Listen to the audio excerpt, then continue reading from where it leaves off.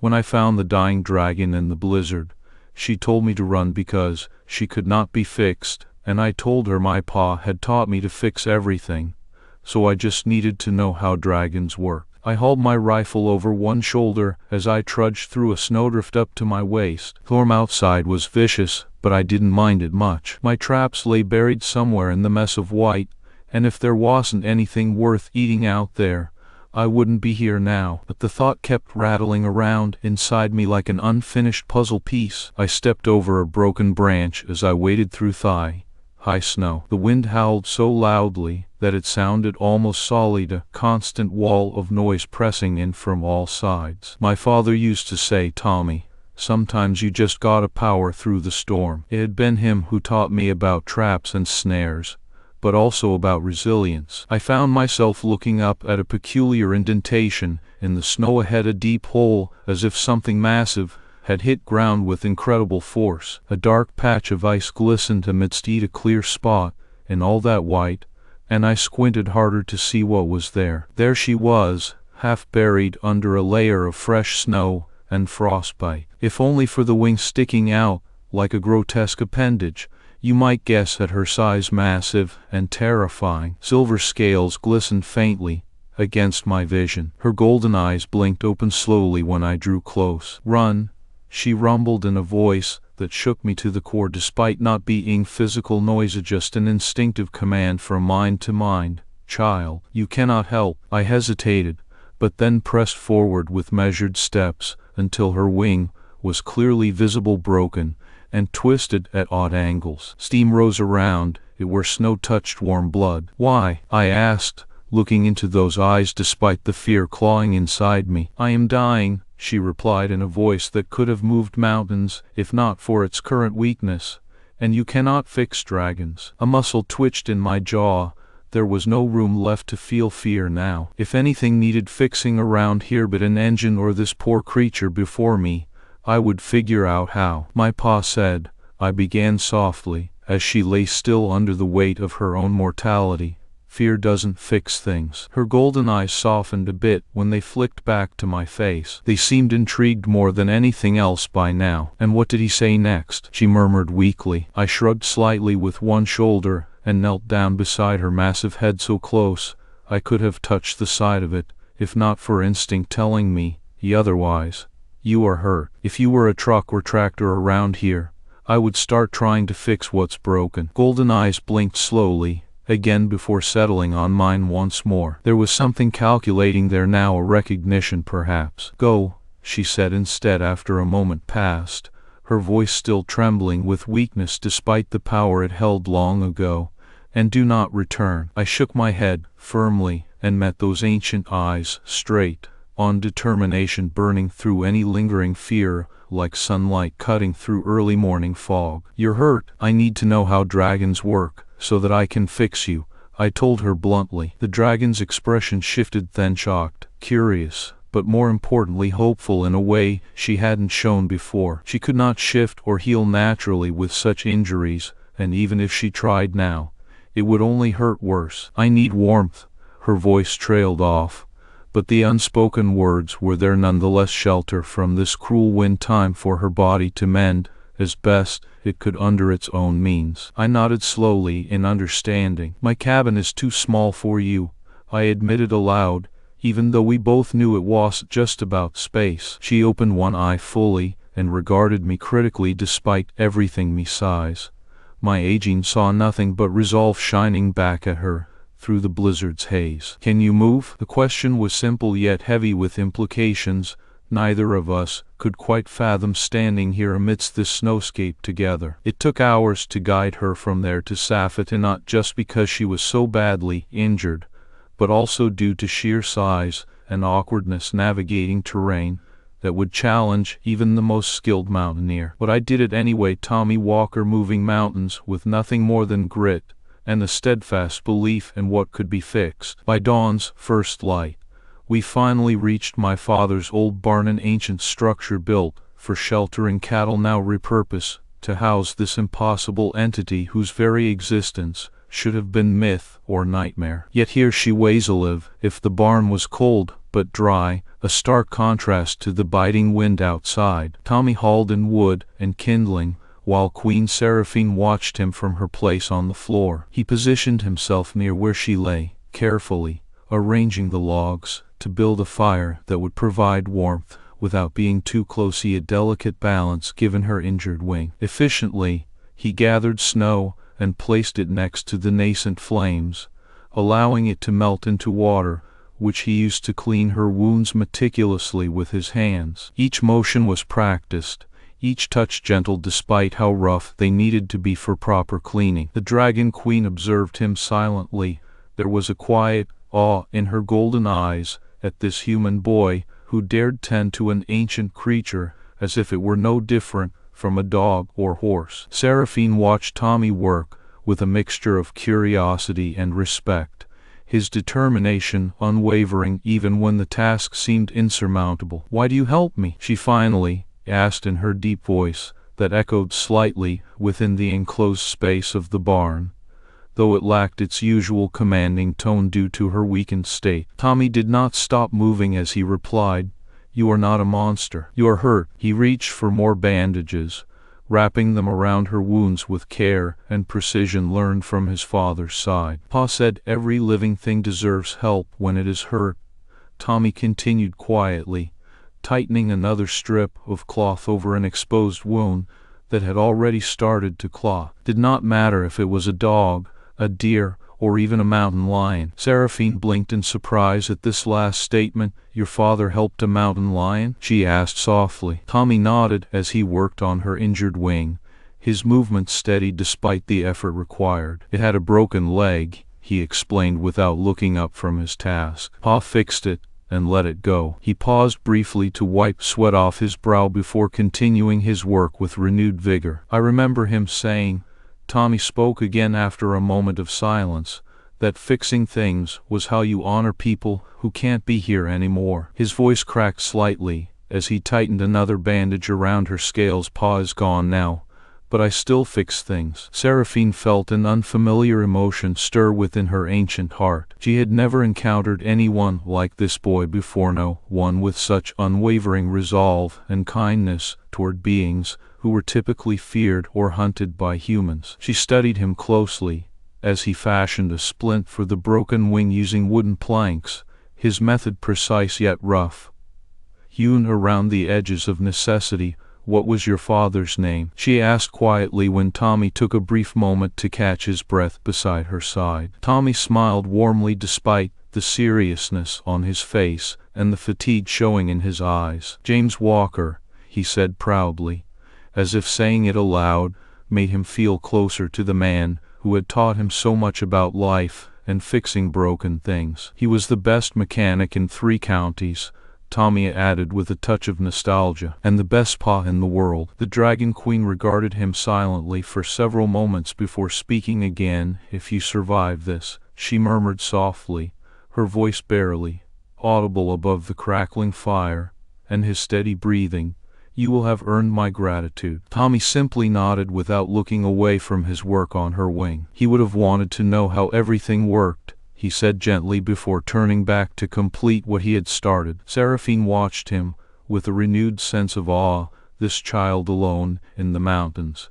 tending an injured Dragon Queen as if it were second nature, was both humbling and inspiring all at once. If she survived this ordeal, somehow repaying this small human who helped her without hesitation became not just possible, but imperative. For now, though, there was only the task before them, fixing what could be fixed, until the storm outside subsided enough to let others see past their initial fear of such a creature being hurt and needing help. And in that moment, amidst the cold barn filled with warmth from Tommy's efforts and determination, they both felt something shift. The bond formed between unlikely companions through shared struggle and mutual respect. Tommy went back to work on her wing, while Seraphine lay still beneath his gentle but firm hands, understanding growing between them as he worked tirelessly to mend what could be mended. And somewhere deep within the ancient Dragon Queen's heart, a promise was quietly made.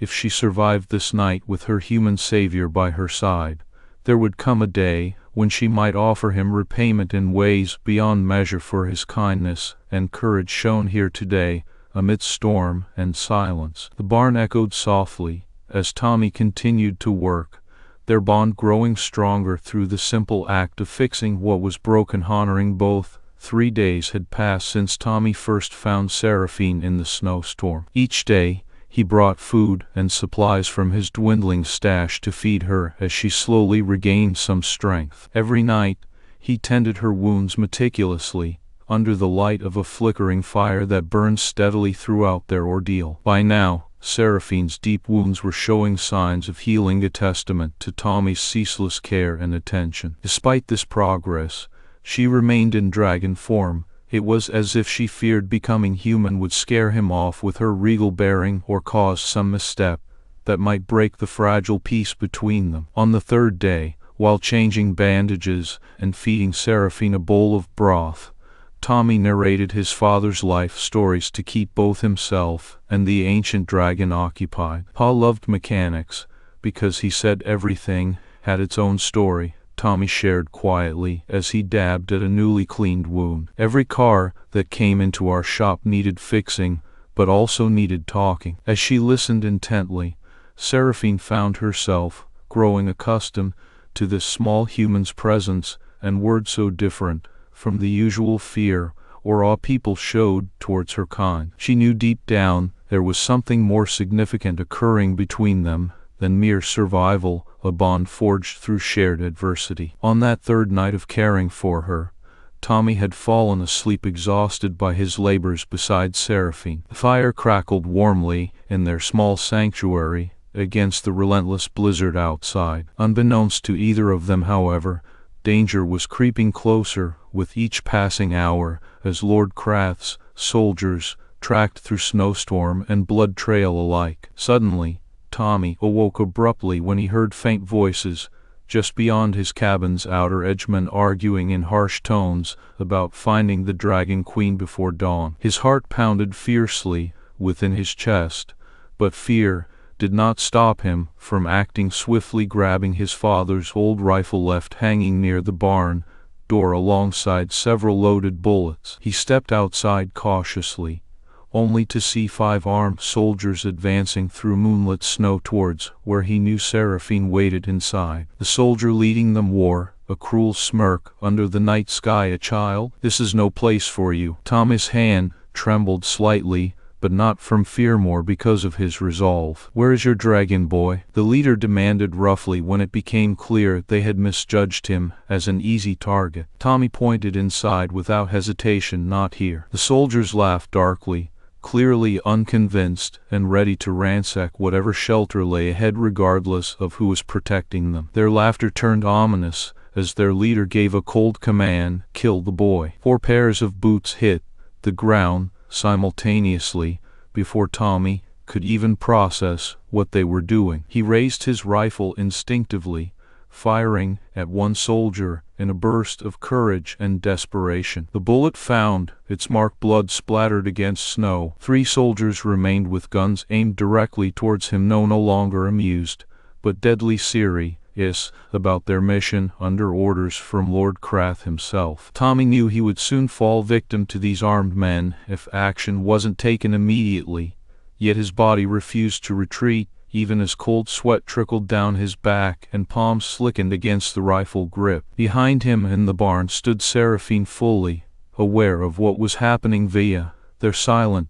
telepathic link built over days spent together. "Hide," she urged urgently through that connection, her voice a mental whisper urging survival rather than sacrifice. But Tommy only shook his head resolutely. "Pa said, you protect things when they are fixed," he replied fiercely, while holding steadfast against the advancing soldiers, gun pointed unwaveringly at them despite knowing it wouldn't save him from certain death. "Otherwise, what's the point?" The soldier leader stopped laughing, then realizing how serious this child was about defending something larger than himself, even though outnumbered and outgunned 4 to 1. With a guttural command, he motioned for his men to charge forward again, but found themselves met with unyielding resistance as Tommy fired another shot, striking true, sending yet another soldier crashing into the snow. Two remained now armed against him in open conflict amidst blizzard fury, outside their sheltered hideaway barn door. Yet still he stood firm, no retreat from this stance, despite knowing each moment brought closer to inevitable end,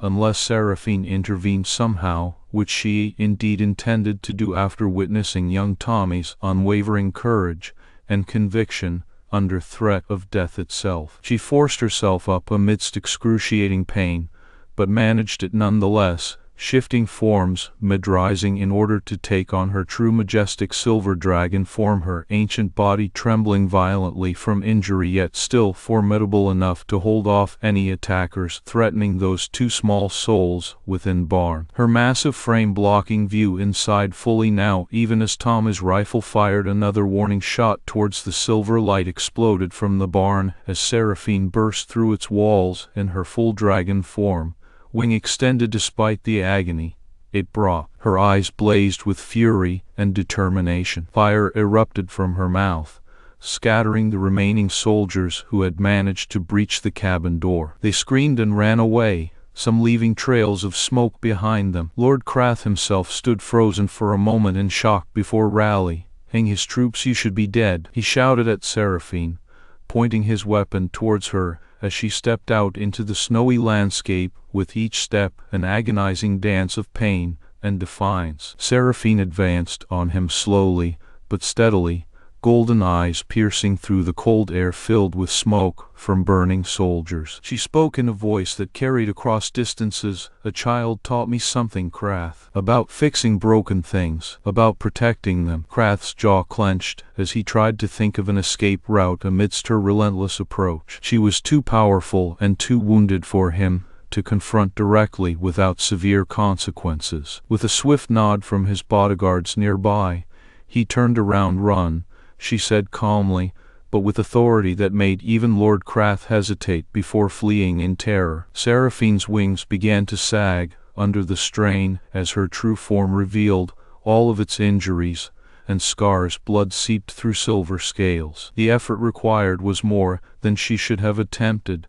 yet there had been no choice when Tom's life hung precariously balanced against hers. Now that his attackers were defeated, exhaustion claimed her body once again. She collapsed onto the snow in a cloud of dust kicked up by her massive frame as it settled back into its wounded form on all fours, before finally laying down completely spent and vulnerable. Tommy ran out from the safety of the barn just then. "No," he cried, rushing to check if she was still breathing. When he saw that at least some air moved in her chest despite the heavy bleeding, relief washed over his face, but also frustration as he began fussing with fresh bandages and splints already prepared near where they had been hiding earlier. "You messed up my splint," Tommy scolded, gently yet firmly, while inspecting Seraphine's wing. "You were not supposed to move." Seraphine laughed weakly despite the pain throbbing through her entire body,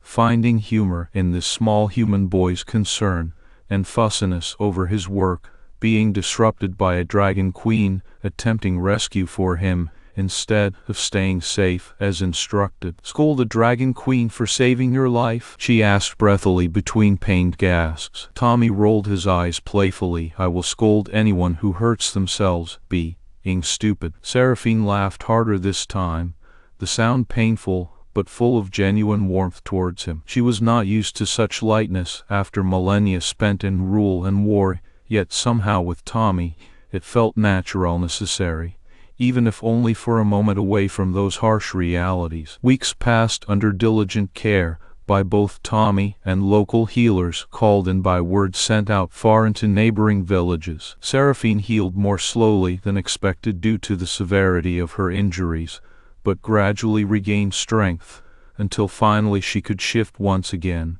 this time taking human form inside their mountain sanctuary for the very first time since crashing here. Tommy stared at her with wide eyes. "You are pretty." Seraphine chuckled softly.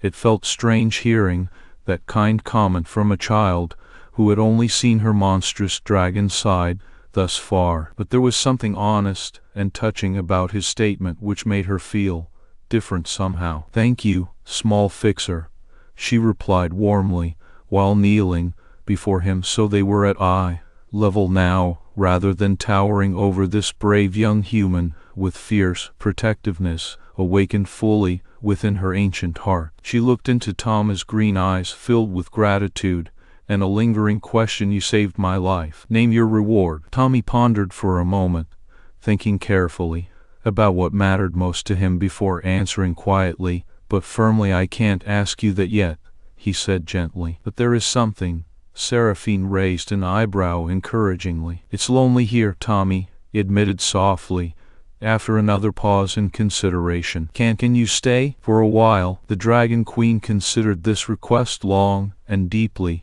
feeling the weight of both her power and his simple plea intertwining uniquely amidst such unlikely circumstances between them. She smiled warmly at him finally. I should return to my throne, Seraphine said softly but kindly, her smile never faltering despite knowing she would have to leave eventually. But I will stay here for as long as you need. And so began an unexpected partnership and friendship born from fixing wounds, both physical and emotional, teaching each other lessons about care, protection, and living beyond fear or loneliness. Months later, when Seraphine